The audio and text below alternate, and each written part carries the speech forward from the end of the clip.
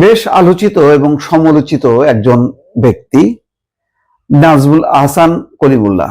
তিনি বেগম রোকেয়া বিশ্ববিদ্যালয়ের সাবেক ভিসি। তার পুরো এই ভিসির দায়িত্ব পালন, তারপরে নির্বাচন নিয়ে, রাজনীতি নিয়ে নানা বিশ্লেষণ যথেষ্ট পরিমাণ বিতর্কিত এবং আলোচিত। তিনি বেশ চটকদার কথা বলতেন, কিছু প্রেডিকশন করতেন এমন ভাবে যেগুলো খুব যার প্রতি মানুষের একটা আগ্রহ থাকতো এবং তিনি সেভাবেই কথাবার্তা বলতেন। তার ধারাবাহিকতা ছিল না। বিগত 15 বছরে একটা বিশাল সময় জুড়ে তিনি সরকারের এই নির্বাচনের বৈধতা দেওয়ার কাজে এবং ভালো নির্বাচন এই সার্টিফিকেট দিয়েছেন। শেষের দিকে এসে দ্বাদশ জাতীয় সংসদ নির্বাচনের আগে, বিশেষ করে যখন তিনি বেগম রোকেয়া বিশ্ববিদ্যালয়ের উপাচার্য থেকে অপসারিত হন বা তাকে বাদ দেওয়া হয়, তারপর থেকে তিনি বেশ বিপ্লবী ভূমিকায় অবতীর্ণ হন এবং বেশ কঠিন কঠিন বক্তব্য রাখতেন, তোলপাড় করা বক্তব্য। তিনি কূটনীতি নিয়ে, সামরিক বাহিনী নিয়ে নানা রকম মন্তব্য করতেন, যেগুলো খুব ফলাওভাবে বিভিন্ন গণমাধ্যম তার সাক্ষাৎকার নিত এবং সেগুলি প্রচারিত হতো। এবং তিনি প্রচুর মিডিয়া ফেস করতেন বা সোশ্যাল মিডিয়াতে তিনি সামনে আসতেন। যদিও রাজনৈতিক পট পরিবর্তনের পর টেলিভিশনগুলোতে তার উপস্থিতি দেখা যেত না, তবে তিনি সম্ভবত টার্গেটে ছিলেন এবং সুনজরে ছিলেন না।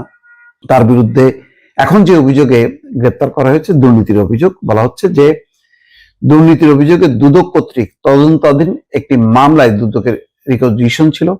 সেটির ভিত্তিতে গোয়েন্দা কার্যক্রমে পরিচালনার মাধ্যমে মোহাম্মদপুরের নিজে বসা থেকে সাবেক ভিসি নাজমুল আহসান কলিমুল্লাহকে গ্রেপ্তার করা হয়েছে দুদকের কাছে। তার হস্তান্তরের বিষয়টি প্রক্রিয়াধীন, অর্থাৎ পুলিশ অ্যারেস্ট করে এখন দুদককে দেবে, দুদক হয়তো তাকে আদালতে পাঠাবে।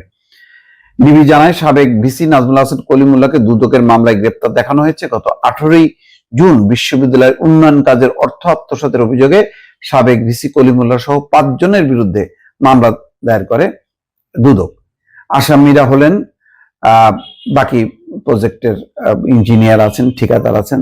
তারা আসামিরা পরস্পর যোগসাজশে বিশ্ববিদ্যালয়ের উন্নয়ন প্রকল্পের অনুমোদিত ডিপিপি না মেনে নকশা পরিবর্তন মন্ত্রণালয়ের অনুমোদন ছাড়া 30 কোটি টাকার বেশি মূল্যের চুক্তি করেছেন। পাশাপাশি ঠিকাদারের রানিং বিল থেকে কেটে রাখা নিরাপত্তা জামানতকে এফডিআর হিসেবে ব্যাংকে জমা এবং এফডিআর লিয়েনে রেখে ঠিকাদারকে লোন দেওয়ার জন্য নো অবজেকশন সার্টিফিকেট অনুমোদন দিয়ে সরকারের 4 কোটি টাকা আত্মসাৎ করে তারা।